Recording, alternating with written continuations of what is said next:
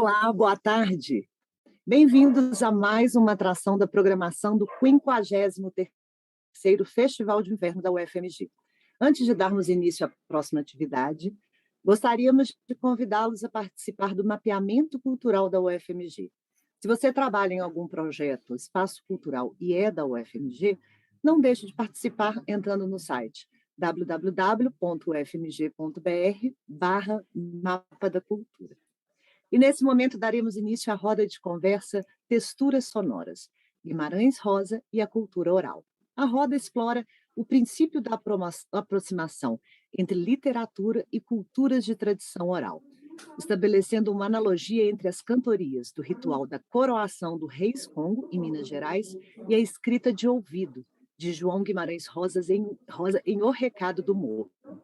A conversa é com Sérgio Byron, Ronier Menezes, e quem vai mediar é a pesquisadora e professora Marília Librandi.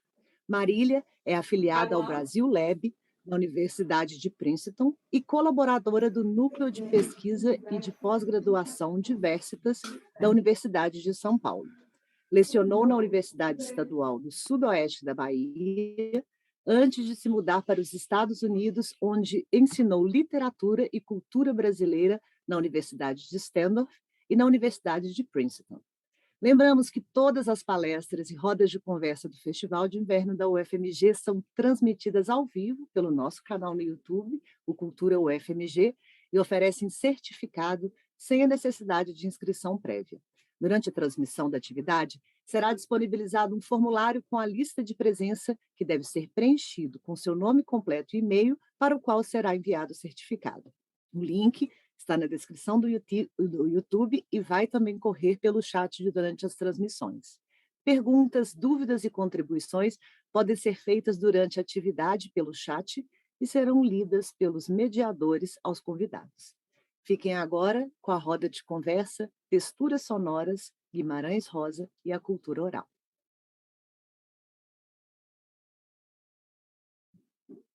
Ok, muito obrigada, Samira, muito obrigada a toda a equipe desse festival incrível que a gente vem acompanhando, assim, está sendo de uma riqueza e de um calor humano e de partilha que só podia ser, assim, esse sabor mineiro que a gente vem experimentando nessas conversas, né? Então, estou muito feliz de estar aqui mediando essa mesa de conversa, né? Entre Ronieri Menezes e Sérgio Byron. E então eu vou, deixa-me ler aqui algumas coisinhas que eu fiz anotações, né? Quer dizer, a gente está no âmbito dessa temática da escutas e vozes dos Brasis, e essa temática, né, que a gente vai abordar aqui a partir desse vínculo, como diz o título da nossa mesa, que é Texturas Sonoras, Guimarães Rosa e a Cultura Oral.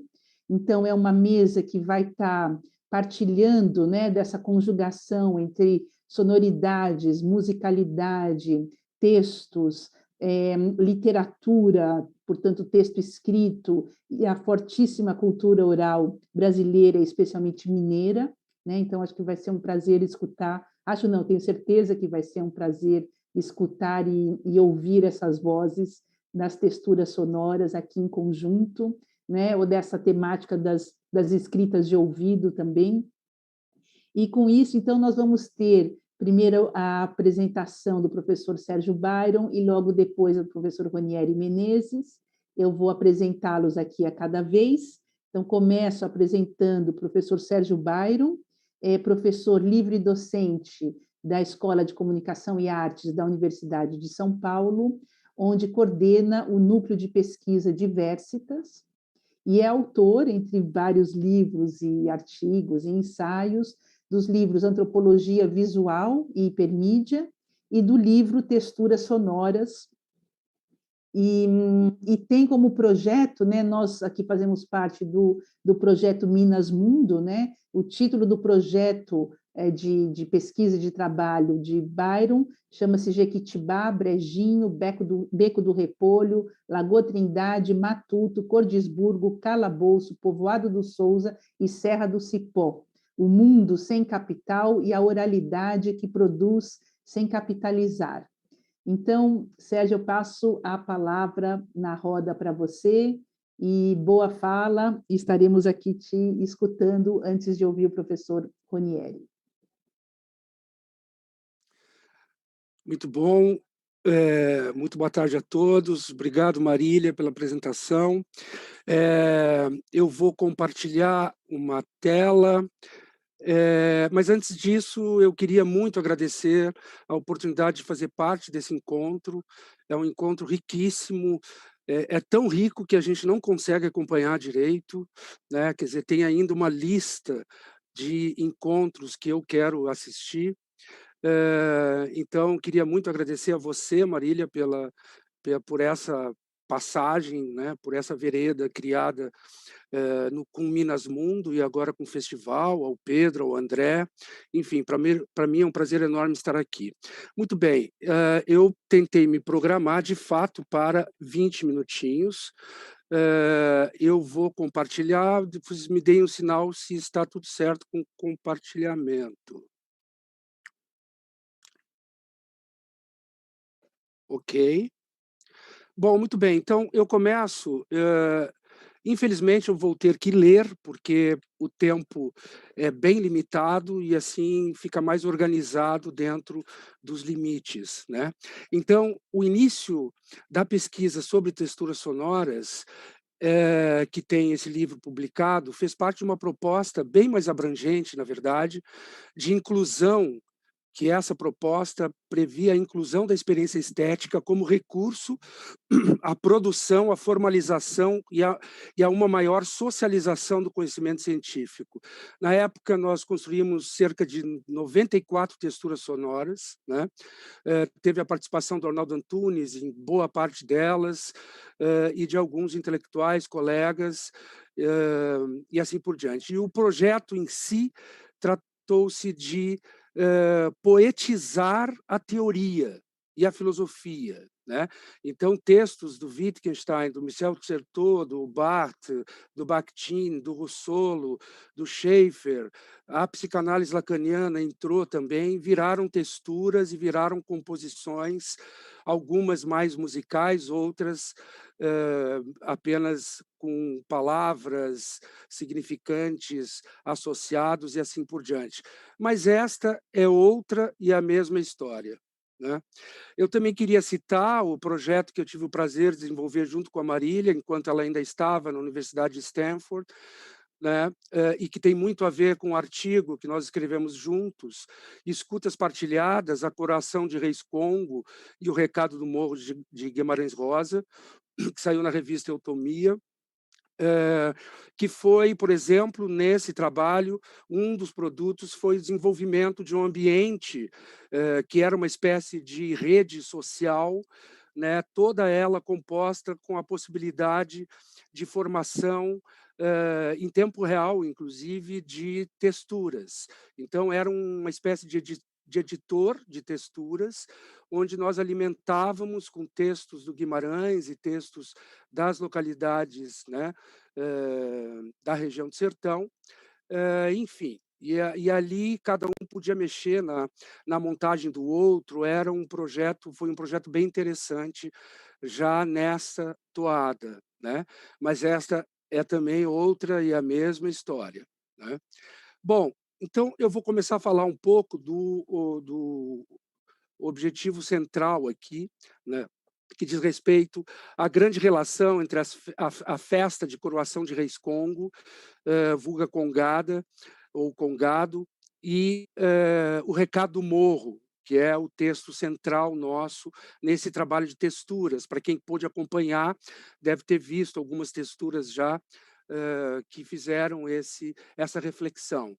Então, rapidamente, para situar o que foi essa festa, que tradição que tem a coroação de reis negros, remete, portanto, às raízes do encontro entre portugueses africanos do reino do Manicongo, acontecido ainda no final do século XV, quando o Diogo Cão chegou à foz do Rio Zaire em 1483, portanto, antes da chegada no Brasil dos portugueses, e e contatou pela primeira vez o Manissoio, chefe da localidade na qual aportara. O Congo era um reino estruturado, formado por povos da etnia Banto e abrangia grande parte da uma extensão, por sinal, gigantesca da África centro-ocidental. O estreitamento dessas relações com os portugueses intensificou o comércio, sobretudo de escravos. Foi também nessa região que o cristianismo teve grande penetração, introduzido em finais do século XV, adquire grande impulso com a conversão de reis e nobres do Reino do Congo. No interior da terrível história da escravatura, essas populações levariam seus costumes e sincretismo religioso para o outro lado do Atlântico. Escolher reis, rainhas, capitães, etc., constituiu uma das formas dos africanos escravizados de recriarem a organização comunitária e culturais e cultural próprias, né? Portanto, o encontro entre o Recado do Morro e a Coroação de Reis Congo apresenta narrativas híbridas entre viagens e recados, como a gente já sabe. São inúmeras viagens e recados, mas têm em comum uma origem mítica, o recado de um morro e a aparição de uma imagem de santa na Praia do Mar. Ambos nunca terminarão de serem decifrados, nunca contarão ipsis literis a mesma história. Vamos ver em que sentido, né? Então, eu fiz quadros comparativos para tentar passar um pouco essa imagem, né, desse encontro, né? Então, no Recado do Morro, a gente tem, portanto, a história do Recado de um Morro, que se desdobra em duas grandes vertentes, ocorrendo como enigma a ser desvendado sempre por meio do número 7, 7 personagens, fazendeiros, planetas e assim por diante, como já foi super analisado. Já na Coroação de Reis Congo, pelas pesquisas que a gente pôde desenvolver, e foram durante 7 anos, e aqui não é, né, é realmente uma coincidência, as histórias da aparição da imagem da Santa Senhora, Nossa Senhora do Rosário, perpassa por 7 grupos que compõem a Coroação de Reis Congo, e esses são os grupos mais conhecidos: Candombe, Moçambiques, Guardas de Congo, Vilão, Catupê, Marinheiros e Marujos. O recado tem origem no morro e sofre inúmeras interpretações narrativas. Cada um dos 7 grupos tem a sua própria história para a aparição da santa. É muito interessante nessas pesquisas que a gente fez na convivência com os sertanejos, de que cada grupo, o candombe conta de um jeito, o Moçambique conta de outro jeito, o encontro com a santa, o vilão de outro jeito, o catupê conta de outro jeito, e assim por diante. A mensagem fala de festa e morte no recado e vai seguindo oralmente e transforma-se numa canção de Laudalim Pugapé no interior das narrativas da festa do Rosário. O achado da santa na beira do mar transforma-se em centenas de cantorias no interior da festa do Rosário. 2 viagens, essa é uma das leituras que a gente pode fazer. Nós temos no Recado do Morro uma letrada definida pela comitiva com o Alquiste, o Jujuca e o Frei Sinfrão, e uma não letrada que surge com Gorgulho, o Morador da Gruta, e vai seguindo por sertanejos não letrados. 2 viagens no universo de Coroação de Reis: a existência da Nossa Senhora, não a do Rosário, aí, Nossa Senhora, definida pela narrativa letrada da Igreja Católica, e outra, não letrada, a da aparição da Santa, do Nossa Senhora do Rosário, no interior de um caminho de narrativas profundamente reticulares. Então, o predomínio do 7 é muito interessante ver também nessa estrutura, né, da Coroação de Reis Congo, com o candombe, que é o mais raiz, o mais ligado à terra de todos os grupos, o Moçambique, Guarda de Congo, Vilão, Catupês, Marujos e Marinheiros. Outra questão é que essa história também pode ser contada um pouco diferente. Por exemplo, em O Recado do Morro, temos também uma narrativa de viagem composta por 3 jornadas interconectadas. Uma história de expedição, como a gente sabe, ao longo do sertão, a história da viagem de um recado, desde o momento em que é pronunciado até a decifração final como uma canção, e no terceiro nível, uma jornada planetária, pois a expedição passa por 7 fazendas, com as referências, evidentemente, em relação aos fazendeiros, aos nomes de planetas. Portanto, termina tendo o protagonista, fazendo parte o protagonista de uma jornada mítica.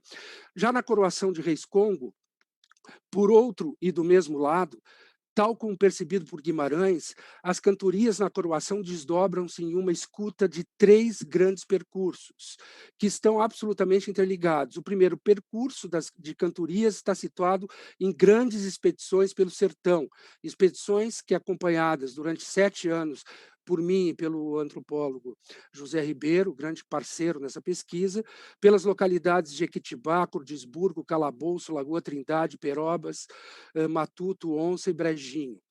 E, portanto,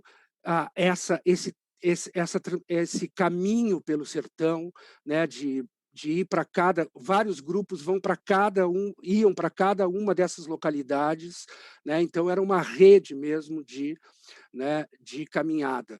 O segundo percurso das cantorias está definido pela viagem de um recado. No caso da coroação, trata-se de um recado do aparecimento da Santa, na Praia do Mar, o que deve ser divulgado por todos os grupos de congado em todos os recantos da terra. É bom lembrar que muitos desses grupos associam, inclusive, a abolição da escravatura a uma ação da Santa. O terceiro percurso das cantorias implica uma jornada planetária que reúne historiadores da África, da Europa e do Brasil, né? Portanto, pela obra O Recado Morro, peraí. Portanto, pela obra O Recado do Morro, o recado é iletrado, assim como é a coroação de Reis Congo, quem melhor explica a cultura brasileira. Ambos, Recado do Morro e Coroação de Reis, são corporais, envolvem um grande conhecimento do sertão em sua geografia, física, fauna e flora. Em ambos os casos, como no interior de um processo de múltiplas escutas, ou de múltiplas escuta, a identidade ocorre pela diferença, ou seja, pela incorporação de vozes e versões sempre outras e em processo constante de variação e mudança. Esse entorno perpassa circularmente por uma incompletude material que é movida pelos estágios do falecimento e do nascimento, como diz Zé Meia-Noite, congadeiro e coveiro da cidade de Jequitibá. Tudo aqui no cemitério é que nem a festa, tem um começo e fim, pois o fim supremo estaria justamente nesse encontro que ocorre de forma concomitante entre morte, de um sentido de um corpo, e o renascimento em cantorias. E como a entonação da fala é captada na escrita e na leitura, a gente começou a se perguntar. Essa é uma das perguntas que o encontro entre escritas de ouvido e texturas sonoras tenta responder. O Recado Morro é a síntese perfeita desse movimento, de ouvir a entonação, o recado da terra, do local, e configurá-lo em canção, em palavra cantada. A natureza não fala, ela canta, dizia Zé da Ernestina, nas imagens aqui, Rei Congo do Estado de Minas, capitão de Congo, e vários outros, e mestre de várias outras manifestações. A relação entre o ouvir e o cantar na coroação de Reis Congo é similar à relação entre o ouvir e a escrita na obra de Rosa, pois o canto é sempre de ouvido, como dizia o Rei Congo do estado de Minas Gerais. As cantorias constroem uma espécie de mundo de ressonâncias, ambientes que mesclam a corporeidade com as transveredas da região. Daí tratar-se de uma ausculta palinódica da natureza. Ausculta porque imersa no sertão, palinódica porque se desdiz para dizer. Várias imagens aqui, também recolhidas por nós. No final da viagem, uma canção é tocada, na véspera da coroação de reis congos e rainhas congas, e a mensagem enigmática revela-se ao seu destinatário, Pedro Osório, salvando a vida do herói, que termina em uma jornada planetária quase divina, saltando de estrela a estrela. Por sinal, Estrela Guia é uma das texturas que nós construímos em cima desse desfecho. Nesse salto, o recado terreno do morro, assim como a aparição da Santa, viram recado cosmológico e celestial. Assim, a literatura de Rosa é reticular na forma de uma rede de pontos de lugares que estão em constante movimento. Os lugares são compostos por pessoas, acidentes geográficos, animais, ventos, pássaros, etc., que interligam as narrativas. Podemos chamá-los de texturas sonoras. Uma determinada sonoridade remete a outra sonoridade, que remete a outra, e assim por diante. Em um processo de mixagem e sobreposição sonora próprias tanto da sabedoria da cultura oral, como das características hipertextuais da obra de Guimarães Rosas, como lexias, na forma de tambus, né? Fazendo aqui uma relação à ideia de lexia do Barthes, mas pegando de emprestado e as colocando no som do tambor, dos tambus. Aqui há um sentido cosmológico que reforça o princípio de que, tal como no mundo das cantorias, o texto de Guimarães Rosa não foi desenvolvido prioritariamente para os olhos lerem, mas para os ouvidos escutarem aquele mundo. O encontro das guardas, que acontece na coroação de Reis Congo, é um dos momentos em que essas características das escutas são vividas ao extremo. Muitas vezes 3, 5 ou mais guardas, cada qual com uma média de 20 integrantes, realizam ao mesmo tempo músicas e performances diferentes, ou seja, cada guarda e todas juntas, concomitantemente, tocando os instrumentos e bravejando as cantorias. Tudo tocando junto é igual a ouvir o silêncio, dizia o rei Congo do Estado de Minas, porque eu, numa das tantas conversas com o Zé, eu perguntava se não atrapalhava essa coisa das guardas tocando ao mesmo tempo, uma do lado da outra. E ele me dizia isso como uma referência a algo absolutamente, né, reflexivo. Muito bem, talvez seja esse o sentido mais profundo, né, da presença da escuta no universo de coroação de Reis Congo, uma homenagem da escuta coletiva ao trabalho sonoro da coletividade em meio ao sertão. A ressonância dos sentidos nessas paisagens sonoras ocasiona um ecoar de sonoridades. Vejamos um caso do ressoar, que a gente recolheu na região, que é, na verdade, prioritariamente e finalmente escuta. Então, por exemplo, o violeiro João da Silva afina sua viola pelo som do pássaro de nome peixe frito, que é um pássaro muito conhecido na região. A viola afinada pelo pássaro serve de base para cantorias de coroação de reis, que, por sua vez, são acompanhadas por vozes compostas em 3 ou 4 tonalidades. Neste caso, graças à preponderância do ouvido, é o pássaro que está cantando nas cantorias. Eu ouvi isso algumas vezes na região da coroação de Reis Congo. O pássaro é quem canta na festa, assim como em O Recado Morro é o morro que fala. Na multiplicidade deste ressoar encontra-se o fundamento mítico, né, deste encontro entre humanos e natureza. As texturas sonoras seguem essas transveredas. Bom, e por fim, eu acabei dando um spoiler aqui, nós achamos uma imagem que é extremamente, na documentação toda, que foi extremamente importante, né, para esse trabalho, e ficamos chocados, inclusive essa imagem foi que nos levou ao trabalho das texturas sonoras, né, e continua nos entusiasmando, né. É essa imagem, o Guimarães, em meio ao candombe da Serra do Cipó, né, pediu licença para fazer a sua parte sentado, já, né, sofrendo de alguns problemas cardiovasculares, mas ele queria recitar trechos do Recado Morro. Então, de fato, ficamos impressionados com essa imagem, né, mas essa é outra e a mesma história.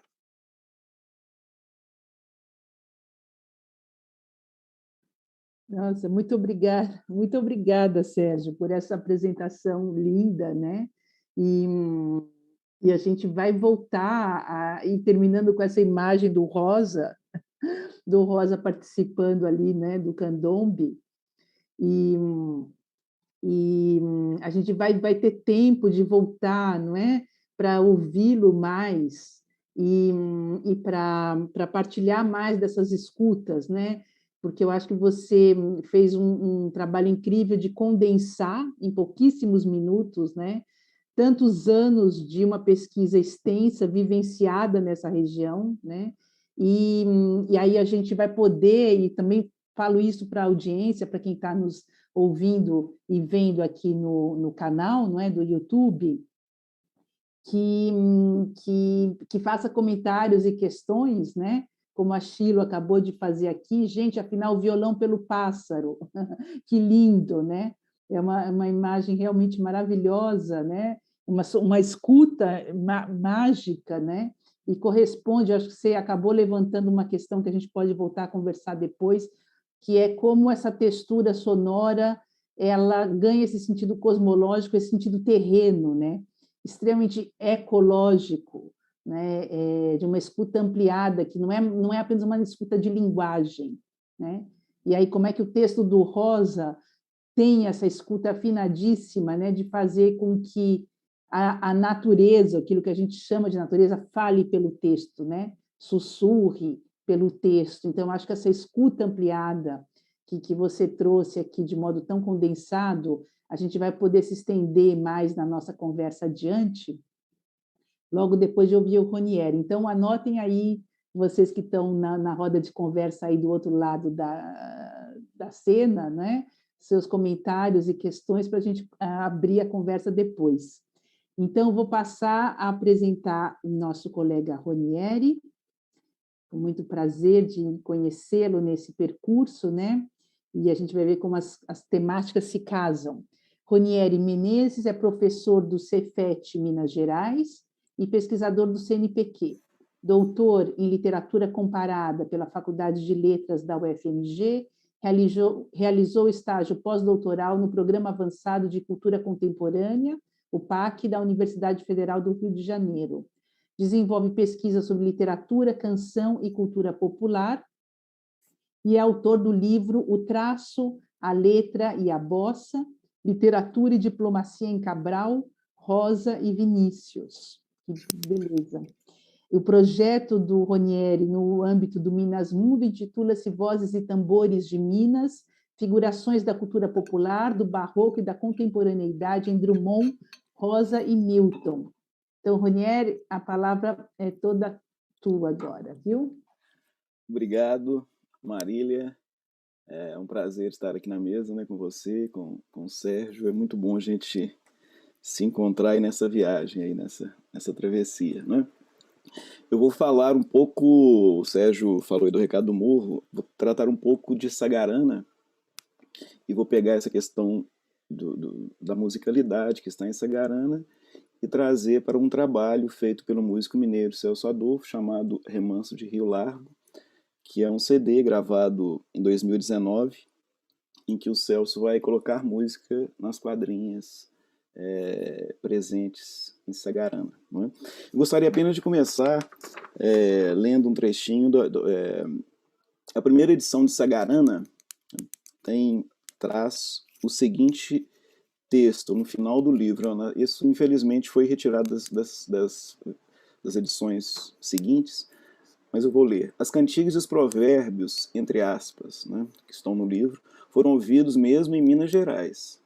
A canção de madrugada, quando a lua, etc., da novela Minha Gente, deve ser paraibana. Olha como é que Minas Gerais vai se alargando aqui. Né? O coro que serve de epígrafe à Conversa de Bois, outra novela, é uma variante deste. Quer dizer, são heranças de lugares distintos, né? Que figura no interessante livro O Gororoba, de Lauro Palhano. E aí o Guimarães Rosa cita um trechinho: lá vai, queremos ver, lá vai boi, pingo, prata, fazendo a terra tremer. Então é interessante aqui essa questão, esse Lauro Palhano, ele era um engenheiro que trabalhou na estrada de ferro, aquela Mamoré, né, lá na Amazônia, né, em Rondônia, e ele ouviu esse texto, esse livro dele, fala sobre os trabalhadores e as pessoas que ele foi conhecendo e ouvindo as histórias, e o livro então traz essa questão dos causos, das histórias orais de uma maneira muito forte, mas tratando do trabalhador. E é bom lembrar então que Sagarana começa a ser escrito por Guimarães Rosa aqui em Itaguara, né, assim que ele forma medicina, vai trabalhar em Itaguara, estava sendo construído na época a BR-381, ligando a São Paulo, e o Guimarães Rosa gostava muito também de conversar com os trabalhadores que estavam ali na construção da rodovia, né? Então, além de ter contato com raizeiros, rezadores, né, que é com pessoas simples e contadores de histórias da região, ele também conversou muito com trabalhadores, quer dizer, e ali havia gente de diversos lugares do país chegando, né, para trabalhar na construção dessa estrada. Eu também vou aproveitar, por conta do tempo, vou fazer como o Sérgio, vou ler uns trechinhos de um texto, e a Marília pode me cutucar aí, viu, Marília, se por acaso eu passar aqui do tempo. Tá? Eu acabei tirando aqui a imagem do lugar, só um minutinho, eu vou postar daqui a pouco. Olha lá.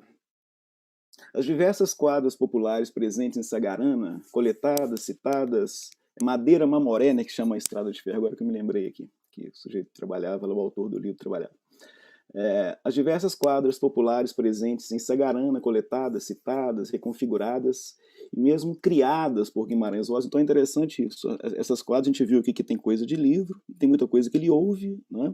Tem aquilo que o próprio pai às vezes mandava carta para ele, né, contando algumas histórias. Então tem essa questão das cartas, ele recebe algumas quadrinhas por aí, tem aquilo que ele mesmo ouviu nas suas andanças pelo sertão, e tem algo que ele coletou em livros. E mesmo aquilo que ele ouve no sertão, às vezes ele muda alguma coisinha, e é interessante pensar que Guimarães Rosa, alguma das quadras, ele mesmo cria de cabeça, assim, ele criou uma quadra à maneira dele, né, à maneira do sertanejo, né?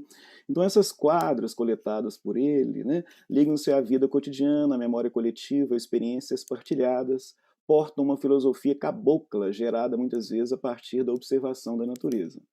As quadras são destituídas da ideia de posse e de autoria, constituindo-se como expressões de um bem comum. Então é alguma coisa para ser doado, né? Serem doadas as quadras. Em Sagarana, a música mora na prosa literária, na prosódia do sertanejo, mas recebe sua maior expressão nas diversas quadras cantigas. No livro Rosiana, as quadras não aparecem como um pano de fundo. Isso aqui é uma questão muito interessante para os leitores, né, admiradores do Guimarães Rosa, né? As quadras tecem um longo, aliás, tecem um diálogo vivo com a narrativa, né? Funcionando como de modo ativo como um coro no teatro grego, né? As canções podem ser vistas como coro, comentário, mas possuem vida própria, podem ser destacadas do livro e voltar a ocupar o seu lugar nos espaços de encontro de cantoria.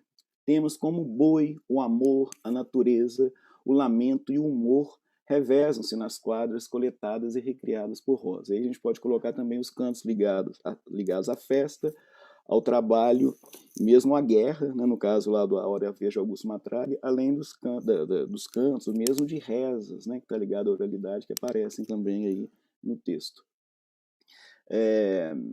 E é só lembrando isso, de toda a obra do Guimarães Rosa, o livro que mais traz a presença de quadras é Sagarana. Então é ali onde está mais configurado de uma forma até constelar, né,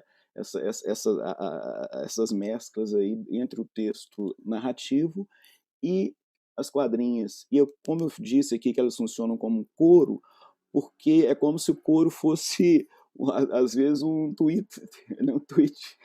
Ele sintetiza, muitas vezes, uma passagem de algum conto, de alguma novela. Não é? Às vezes ele adianta alguma coisa, às vezes é como se ele condensasse algum tema. Então, as narrativas elas têm uma força muito grande na condução de todo o enredo, de todas as novelas, ou a gente pode chamar também de contos expandidos, né, que estão presentes em Sagarana. As quadras e mesmo enredos, né, por exemplo, porque às vezes essa questão da oralidade, dos cantos aparecem não apenas nas quadras, né, mas aparecem nas próprias histórias, nos próprios enredos. Então, mas as quadras, esses enredos, apresentam-se em diversas modulações.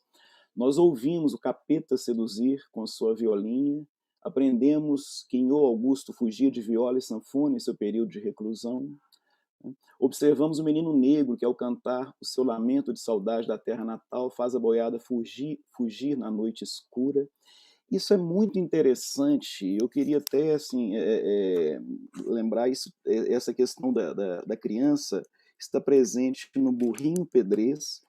Em determinado momento da narrativa, o João Manico eles pedem para ele contar uma história. Tem essa coisa, né, de não só de contar, mas recontar. Ele fala, vou contar, então vai ser a última vez que eu vou contar. Ele vai contar a história que ele foi buscar uma boiada num lugar para lá de Goiás, né, foi com um fazendeiro e os vaqueiros, e chegando lá, trouxeram a boiada estava muito doente, muito frágil, havia muita doença, febre na região, mas aí o fazendeiro pede, né, para trazer uma criança, um menino negro, né, para trazer para um outro fazendeiro na região de Curvelo.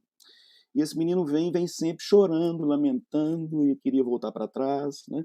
E foi um tormento a viagem. Até um certo momento eles param, né, para dormir, e nessa noite essa criança canta um lamento muito forte, né? Uma coisa muito densa e profunda. Então é uma saudade. Um certo momento ele fala que teria saudade de rever a mãe dele, né? Que teria ficado para trás.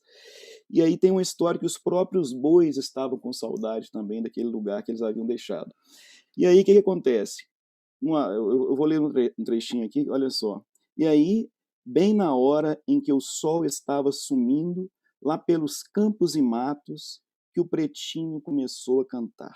A hora que eles pararam para descansar, né? Ah, se vocês ouvissem, que cantiga mais triste, e que voz mais triste de bonita. Não sei de onde aquele menino foi tirar tanta tristeza para repartir com a gente. Ainda era pior do que o choro de em antes. E aquilo, logo que ele principiou a toada, eu vi que o gado ia ficando desinquieto, desistindo de querer pastar, todo se mexendo e fazendo redemoinho e berrando feio, quase que do jeito de que boi berra quando vê o sangue morto de outro boi. Não só para a gente encerrando, né? E o pretinho cantando, e quando ele parava para tomar fôlego, sempre alguma res currava ou gemia, parecendo que estavam procurando, todos de cabeça em pé. E aí o menino vai cantando, né? O canto do pretinho sabia. Aí o contador sonha, né? E nessa madrugada, o que acontece? A boiada estoura, como se diz. Os bois todos fogem quando eles acordam de manhã, né? Não havia boi nenhum mais, e mesmo a criança havia desaparecido, né? Não se sabe, quer dizer, havia um mistério ali. E aí eu acho que é interessante porque é de um canto do fundo do sertão, né? É a voz que vai libertar a criança e vai libertar inclusive os bois, a boiada, né? Então acho que é marcante essa presença do canto, né, aqui em Burrinho Pedrez, né, para coroar essa ideia da potência da oralidade que está presente. Às vezes isso está no meio de uma história, e além disso é bom a gente ressaltar em relação à oralidade, como que dentro de uma narrativa, às vezes há uma narrativa, né? Há alguém contando um caos dentro da história do Burrinho Pedrez, alguém conta uma história, né? Então isso é um dado importante também em Guimarães Rosa, né? Então, deixa eu passar aqui. Também é presente, né, no livro, né, o negro que de tão esperto convence até o demônio. Tem uma quadrinha, né, que conta essa história. Presenciamos a lida de vaqueiros, cantadores, cantos de festa, de trabalho, cantos de guerra, como eu disse, né, de liberdade, cantos dos negros na festa do Rosário, entre outros. Em nenhum de seus outros livros somos brindados, como eu disse, com uma coleção de quadros e cantigas como em Sagarana. Há aí a presença de experiência comunitária, que é muito forte, não é? No livro. O Guimarães Rosa, como eu disse, ele remenda, né? Ele recria algumas dessas cantigas e mesmo inventa algumas delas, né? Mas sempre ligado àquilo que o Mário de Andrade chamava de sabença, né? Um certo modo de pensar do sertanejo. Mário de Andrade também ficaria feliz com a coleta de cantigas da tradição popular realizada por Guimarães Rosa. Sob muitos aspectos, podemos notar a presença de diálogos entre os projetos artísticos e literários de ambos, apesar de suas diferenças.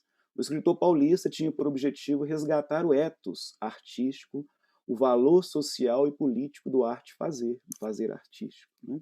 Para ele, a busca de uma identidade cultural do país é colocada em relevo ao lado da descoberta de uma maneira singular de o brasileiro pensar e conceber a criação artística.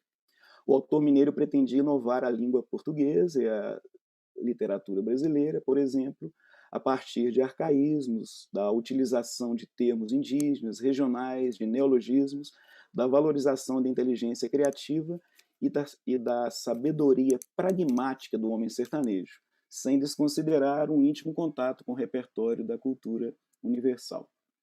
E em 2018, o cantor e compositor Celso Adolfo vai lançar, em 2018 ele grava, mas parece que o disco sai em 2019. Né? Então, o Celso Adolfo vai lançar o disco Remanso de Rio Largo. Né? O trabalho marca-se pela ideia de herança, de recriação, citação de arte do inacabado. Quer dizer, nesse sentido, é aquilo que o Guimarães Rosa busca na tradição popular, né? O Celso Adolfo vai beber ali nessas cantigas rosianas e vai recriá-los. O que é interessante é o seguinte, que o Celso começa a escrever as cantigas, ele é convidado para a inauguração do Museu de Itaguara, ele compõe uma primeira cantiga baseada numa narrativa, então ele conta uma narrativa em forma de canção, e depois ele mergulha no livro e começa a recriar as cantigas da sonoridade. Né? Então é interessante, nesse sentido, pensar que aquilo que tinha a ver com o quente da cantoria, né? com a interação, né? com o som, com o ritmo da cultura popular, passa para o livro, e o Celso Adolfo acaba, de uma certa forma, devolvendo aquilo de novo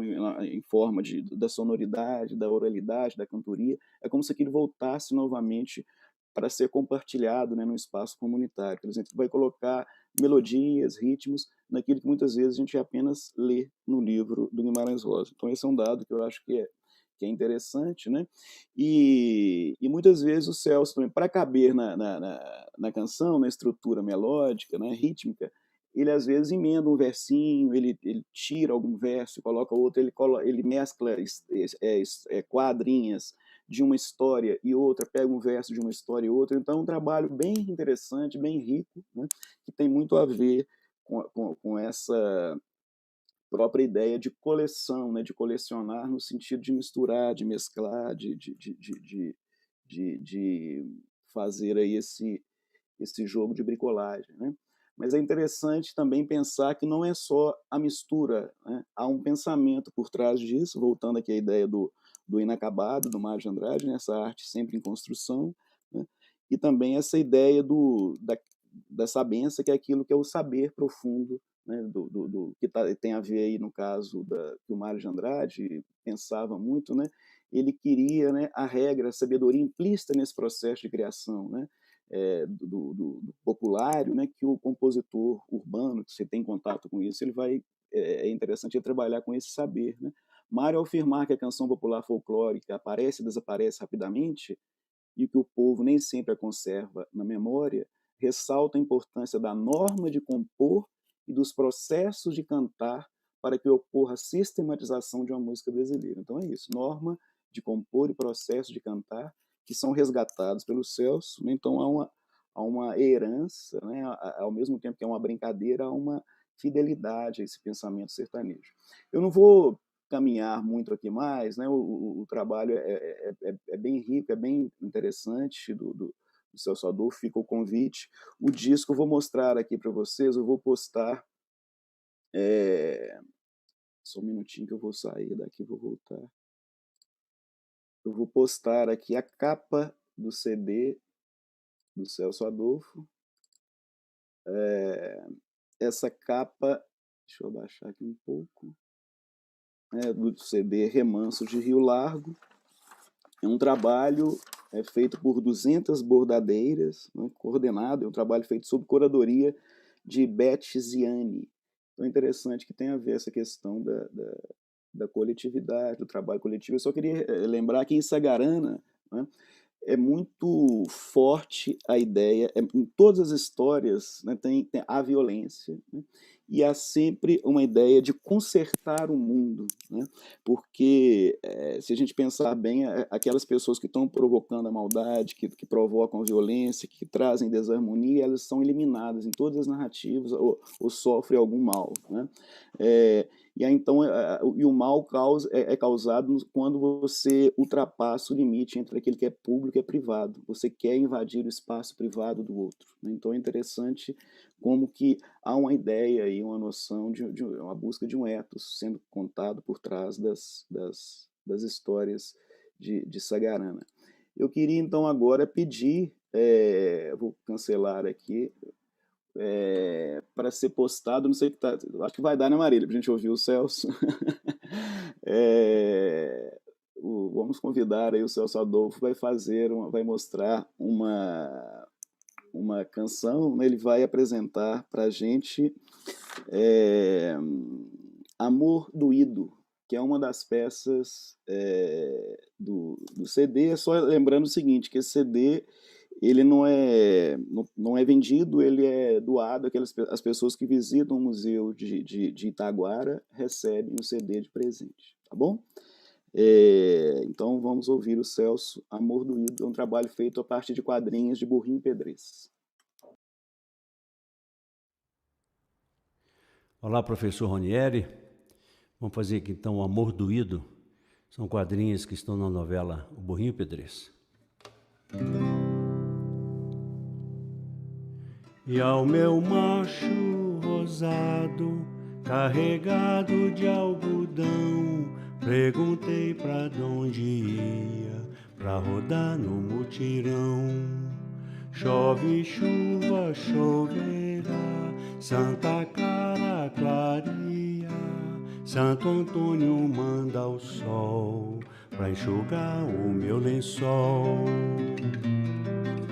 Rio Preto era um negro que não tinha sujeição. No gritar da liberdade, um negro deu pra valentão. Todo passarinho do mato tem seu pio diferente, cantiga de amor doído, dói muito fundo na gente.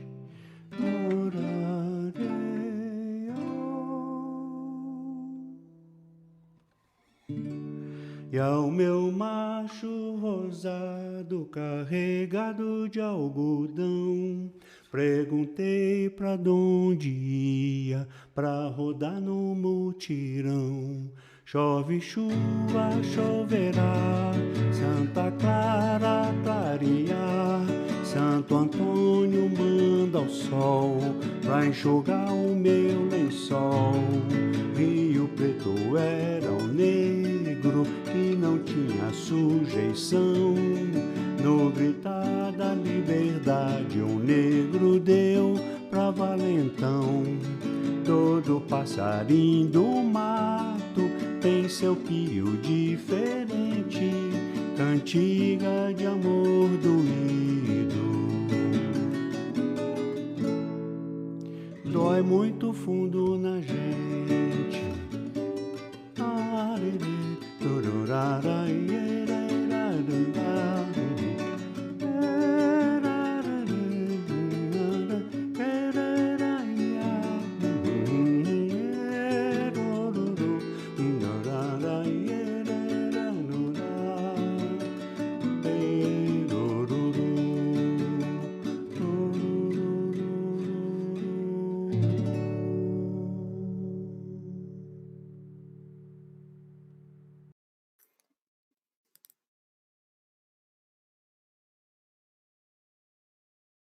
Maravilha, que bom, que boa voz, que boa escuta, né? E que linda composição a partir das quadrinhas do texto do Rosa, né? Muito obrigada, Ronieri. Muito obrigada pela fala. E agora eu vou aqui circular a conversa, né? Eu acho que bom, várias questões aqui que eu poderia levantar, mas antes de eu mesma falar, né? Porque eu vou ler aqui alguns comentários, né? Que estão surgindo aqui. Então, vamos lá. A Daniela Bonafé diz assim, em relação às texturas, é como se a textura trouxesse a terra dentro da gente. Que belo comentário isso. A textura trazendo a terra dentro da gente. E a gente dentro da terra numa simbiose. Né? Isso aqui, eu já aproveito esse comentário da Daniela, né, para lançar a seguinte pergunta para vocês dois, que é a questão da, vou dizer assim, uma pedagogia do texto, né, que a gente é formado na escola na pedagogia da leitura e do comentário, né, a partir da leitura do texto. E a gente lê em silêncio, e isso tem uma determinada ressonância, né, interna. Agora, como é que vocês pensam, né, essa questão, seja da cantoria, quer dizer, criar cantorias a partir do texto literário, né, ou devolver a conexão do texto literário com as cantorias, nessa espécie de, como é que vocês pensam essa experiência de sonorização do texto, né? Eu estou pensando mesmo em sala de aula, né? Como é que, por exemplo, Sérgio, essa questão da textura, né? Nos trabalhos que você propõe, não só nas suas pesquisas, mas também no trabalho de criação de textura e no trabalho, digamos, com os teus alunos, né? E para o Ronieri eu lanço a mesma provocação, assim, de pensar um pouco essa tradução do texto, né? Tradução do texto escrito para o texto vocalizado, né? E o que surge daí nas suas práticas, nas suas experiências. Então, guardem essa colocação aí, e agora eu vou ler aqui a Chilo. A Chilo diz o seguinte: eu nunca ouvi falar em afinar o violão pelo pássaro. Achei que o mundo passaredo era circulado entre Jobins e Buarques.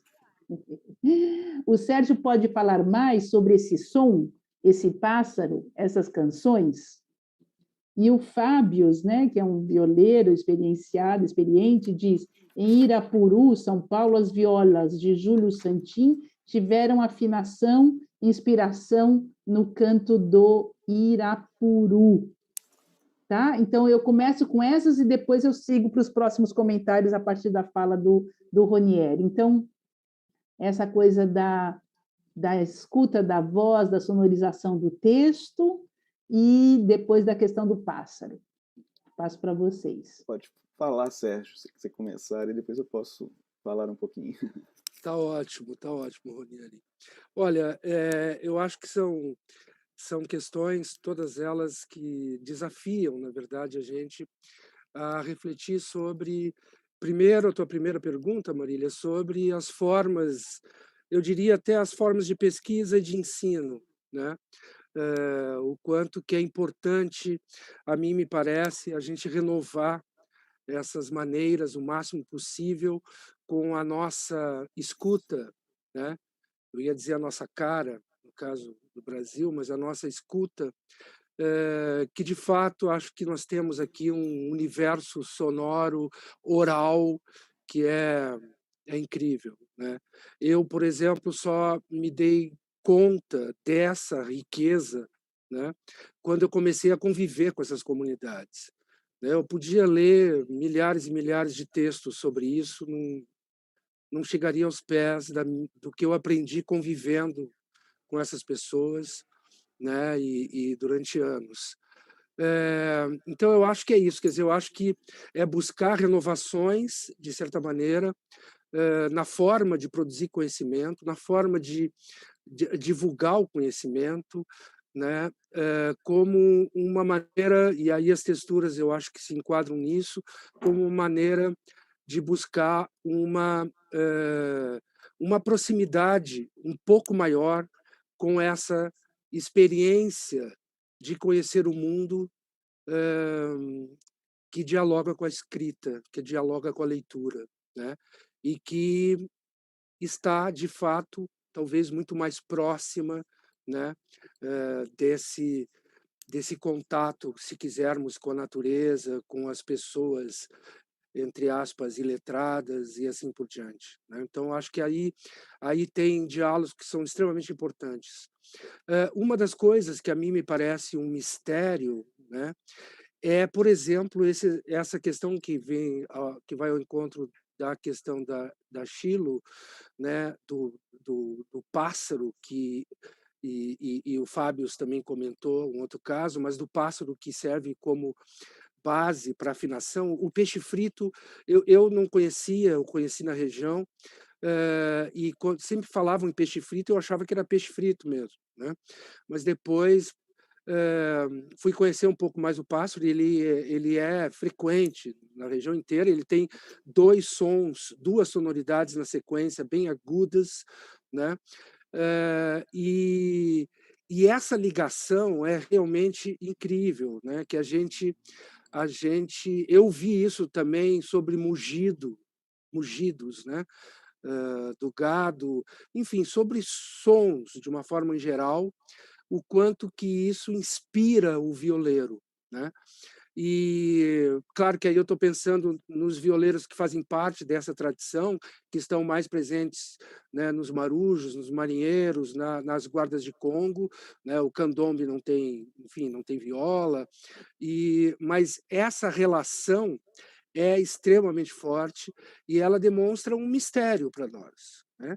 Quer dizer, como que uma cultura, né, se traduz por um caminho absolutamente sinestésico com a natureza e constrói uma forma de expressão que é, se quisermos, profundamente vanguardista, dependendo do momento que nós falarmos sobre a questão. E a outra coisa que a mim me impressionou demais é o que eu falei na apresentação, o encontro das guardas, né? Quer dizer, são inúmeras guardas, 3, 4 guardas tocando juntas, uma do lado da outra, né? Então, isso é uma reprodução se quisermos, de ruídos, né? Enorme, né? Mas ruídos para nós, que somos de fora. Lá estava tudo certo, né? Então, há elementos, eu acho que infindáveis em relação ao sonoro para a gente aprofundar, aprender. E as texturas sonoras, portanto, eu aproveito aqui a ocasião para fazer um apelo para que as pessoas que não escutaram, né, acessem no site da universidade, né, para ter uma ideia de toda essa experiência que a textura procura, né, oferecer no encontro da obra do Rosa com a coroação de reis, no caso do Recado do Morro.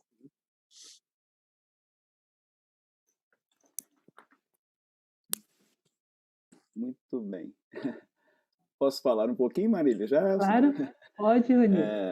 Ótimo, Sérgio, a sua fala. Eu acho que há diversas questões aí que estão implicadas. Eu queria considerar, inclusive, uma reavaliação da educação no sentido transdisciplinar, no sentido de quebrar hierarquias, né? A gente está nesse momento e eu acho que é preciso que isso ocorra cada vez mais, né? Lá no Rio de Janeiro tem experiência lá da Universidade das Quebradas, no FRJ, né? E aqui em BH, eu sei pelo menos de um projeto que o professor César Guimarães é um dos coordenadores aqui na comunicação, no FAFISH, no FMG, que é trazer esses saberes para dentro da universidade, né? Então, os índios estão ensinando para os alunos e professores da universidade, né? Os indígenas, o pessoal ligado ao candomblé, né? Ao congado, né? Quer dizer, a folia de reis. Você vai aprender cantorias, vai aprender a fazer tambor, vai aprender costurar, né? Vai aprender histórias, narrativas outras. Eu acho que a universidade tem que... Universidade que eu falo assim, né? Todos nós, a gente tem que se abrir para esse saber que às vezes ficou um pouco esquecido, né, e não é muito ouvido, né. Eu acho que essa questão da escuta, que é o tema aí da universidade, eu acho que é hora disso, né, de ouvir essas diferenças. A gente pode pensar até aqui nas questões decoloniais, né, é o tempo desses aspectos chegarem. Então, eu acho que o trabalho, né, que eu fiquei maravilhado quando eu conheci o trabalho que a Marília, o Sérgio, né, o grupo de vocês tem feito com as texturas sonoras. Eu acho isso assim magnífico, porque é justamente nessas mesclas, né, você, não há uma síntese no sentido de eliminar as diferenças permanecem, né, elas conversam e ao mesmo tempo mostram que tudo tem o que dizer, né, no sentido assim, né, há saberes em diversas dessas instâncias. E nesse sentido, eu me lembrei aqui, rapidamente, eu gostaria de ler um trechinho, já é conhecido, mas eu não sei se todos que estão aí ouvindo, vendo a nossa conversa conhecem, né? Em 1924, né, começam as correspondências entre o jovem Carlos Drummond de Andrade, que morava aqui em BH, e o Mário de Andrade, o intelectual, poeta, né, modernista paulista. E nas cartas, né, o Mário começa meio que puxar a orelha do Drummond, né? E o Mário diz ao Drummond o seguinte: vocês todos, né, os jovens, né, mineiros, por exemplo, daquela época, em 1924, vocês todos me parecem um pouco de gabinete demais, né? Então ele conclama o poeta amigo, eles estavam começando a amizade naquele momento, né? Conclama o Drummond, né, a viver a vida com religião, no sentido de estetizar o cotidiano, gostar de verdade da vida, gozar a ação corporal, caminhar sem eira nem beira pelas ruas da cidade. Mário, então, aconselha o Drummond. Isso aqui sou eu que estou falando, eu estou parafraseando a carta. Mas agora eu cito o Mário. E então, parar e puxar conversa com gente chamada baixa e ignorante. Como é gostoso. Fique sabendo de uma coisa, se não sabe ainda. É com essa gente que se aprende a sentir e não com a inteligência e a erudição livresca. Numa carta também, a 9 de junho de 37, à Câmara Cascudo, o Mário de Andrade vai dizer o seguinte: você tem a riqueza folclórica, aqui estamos chamando de folclórica ainda, né? Você tem a riqueza folclórica aí passando na rua a qualquer hora. Você tem todos os seus conhecidos e amigos do seu estado e Nordeste para pedir informações. Você precisa um bocado mais de descer dessa rede em que você passa o tempo inteiro lendo até dormir. Não faça escrito ao vai e vem da rede, faça escritos caídos das bocas e dos hábitos que você foi buscar na casa, no mocambo, no antro, na festança, na plantação, no cais, no boteco do povo. Abandone esse ânimo aristocrático que você tem e, enfim, jogue todas as cartas na mesa, as cartas do seu valor pessoal que conheço e afianço, em estudos mais necessários e profundos, o que eu acho que acaba sendo uma homenagem ao próprio trabalho que vocês têm feito aí com as texturas sonoras, né, desse mergulho no interior de Minas. Nossa, que maravilha ouvir vocês dois e eu vi Mário, né, nessas cartas, que coisa linda, né? Você falou em sabença, né, Ronieri? Eu acho que exatamente isso, essa sabença que não chegava, né? Não chegava no ensino, né? Não chega ainda, né? Não chega pela grande mídia, não chega e essa riqueza absurda, né? Absurda no sentido, como diz o Rosa, é absurdo de tão belo, né? Que a gente tem nesse nosso território e que fica tão abafado, né? E que é tão necessário, né? Ecoar. E aí a gente vê que é mesmo pela voz dos artistas, cantores, compositores, escritores, poetas, né? Que essa sabença ela se expande para o mundo letrado, né? E que a gente tem que continuar reverberando, porque, enfim, porque essa matéria, você falou em filosofia cabocla, eu acho, né, Ronieri? Eu acho que essa matéria dessa vivência que faz com que essa terra fale, né? E que a gente escute e não abafe essas vozes e esses saberes, porque é exatamente como a gente é ignorante, né? Eu aqui dou um depoimento pessoal, porque eu sou paulistana, né? Cresci na cidade de São Paulo, em prédios, e cresci, enfim, uma vida de escola, né, normal. E fui estudar Guimarães Rosa, apaixonadamente por Guimarães Rosa, por muito tempo, relendo muitos anos depois para ensinar no exterior o Recado do Morro, foi que eu vi que eu terminava ali na festa na véspera, né, da festa da Nossa Senhora do Rosário, e aí entra o canto final ali que o Sérgio citou, né, do Recado do Morro, do que o Laudelin transforma em canção ali, o Recado do Morro, né, na véspera da festa do Rosário. Eu pensava assim, bom, o Sagarana foi escrito em 38, mas revista e publicado em 46, o Corpo de Baile, né, foi publicado junto com o Grande Sertão Veredas em 56, né? Então, nossa, o Rosa fala desse mundo ali passado, né? E foi só quando eu me encontrei com o Sérgio, né? Isso 2000 e alguma coisa, né? Que ele me mostrou o Congado de Minas Gerais, isso que ele acabou de mostrar aqui, né? E eu falei assim, mas isso existe, isso está vivo. Quer dizer, eu confesso aqui, né? Eu faço a minha meia-culpa da minha absoluta ignorância, porque isso não me foi mostrado em nenhum momento em que eu estudei na universidade, em São Paulo, eu não estou assim tão longe de Minas, né? Não entende nas discussões letradas. Então você fala assim, nossa, que ignorância! Isso é uma riqueza enorme de uma região, sem contar todo o resto, né? Esses recados todos. Mas eu vou parar de falar para ler aqui, porque tem muita coisa boa. Então eu vou continuar lendo aqui. Aline Santos, não conhecia esse trabalho do Celso, que legal. Achilo, é lindo demais o estouro da boiada, que é bem violento, salvar o menininho, né? O estouro da boiada, salvar o menininho, que lindo mesmo. E a Chilo também comenta, Ronier, genial você e Sagarana juntos, gratidão. Ai, que legal. E a Olanise Guerra, quantos mundos existem no Guimarães Rosa? Nunca li nenhum livro, só escutava falar, mas me vejo em tudo que estou escutando. Que maravilha, Olanise. Então, pegue Rosa e entre nesse universo, né? E deixe que o texto fale para você, porque a gente vira loucos por Rosa, não tem como. Júnia Paixão, o sertão de Guimarães Rosa está dentro da gente, e nesse sentido mesmo, né? Dentro da gente, ter gente Brasil, né? E está dentro da gente ressoante, né? Aline Santos, coisa mais bela, gente, que presente. A Lúcia Castelo Branco. Oi, Lúcia! A Lúcia está por aí. A Lúcia é uma colega que a gente ainda não se encontrou pessoalmente, mas que eu tenho a maior admiração pelo trabalho dela.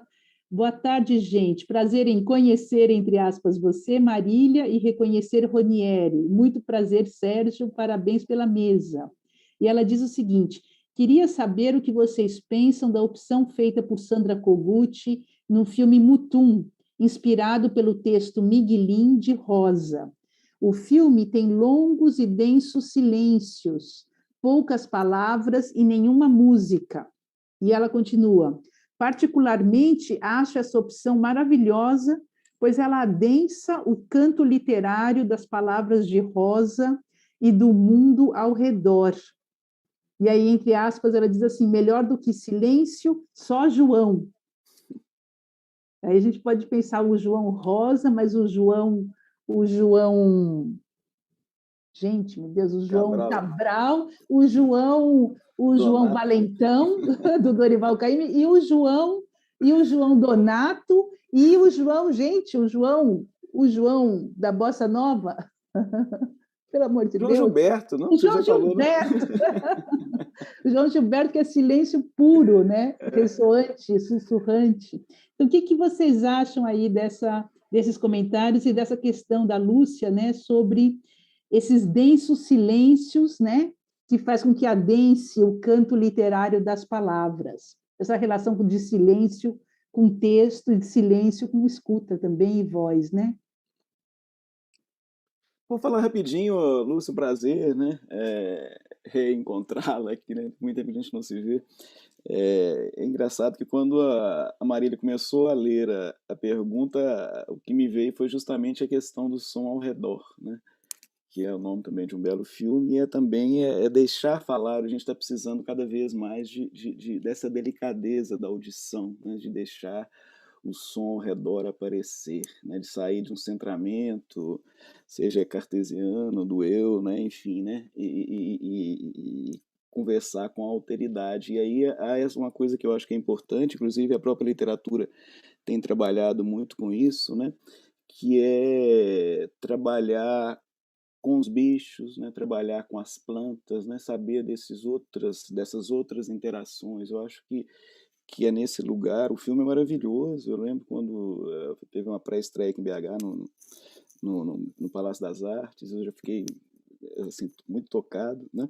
E eu acho que essa escolha por não ter música é muito feliz, né? Justamente porque traz essa paisagem sonora muito rica do sertão, né? Eu acho que o filme precisa ser mais bem conhecido e é um belo trabalho. Boa lembrança e a música do Caetano aí cabe muito bem também na história. É isso aí. É verdade, né? Você está se referindo à música da Terceira Margem do Rio? Não, essa música é melhor do que isso, somente o silêncio, Ah, melhor do que sim. silêncio, Ah, só o sim. João. É verdade. Sim, sim, verdade. Eu também lembrei da Terceira Margem do Rio, que é o É silêncio, né? maravilhoso, é E que maravilhoso. vira aquela E é canção. interessante, né? Não sei se todos lembram, já viram essa entrevista do Caetano dizendo que porque a Terceira Margem do Rio é para o filme, né? A Terceira Margem do Rio, do Nelson Pereira. Aí o Caetano comenta que estava em casa, o Milton chegou com a música e pediu para ele colocar uma letra. Aí o Caetano diz que se você está em casa, chega o Milton Nascimento junto com o Guimarães Rosa, aí é sopa você fazer uma letra, né? Interessante a fala do Caetano. Perfeito, perfeito. Sérgio, você quer complementar? Claro, eu acho que essa questão do silêncio tem uma coisa que a mim me leva sempre para o seguinte lugar, e pensando aí, evidentemente, no interior dessas relações todas que a gente está conversando. Eu tento entender o silêncio, né, como algo, como o silenciar da nossa vigília, né, como uma coisa mais, talvez, do mundo subjetivo. Porque a mim me parece que a forma como no senso comum acabou sendo conhecido o princípio do silêncio, a ausência absoluta de som, né? E aí tem os trabalhos de John Cage, de uma série de outros que tentaram chegar nesse lugar. Ela não tem muito a ver nessa versão com o sertão. E eu vi de várias pessoas, eu vou contar um caso só, né? Eu vi da Bia, da filha do rei Congo, de Jequitibá.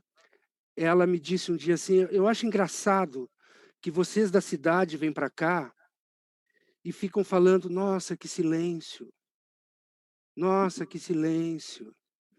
Eu não sei onde que vocês estão ouvindo silêncio, porque isso aqui é uma gritaria de cachorro, de galo, de vento soprando nas árvores, de o rio enchendo d'água, e aí começou a citar uma série enfim, de barulhos de animais.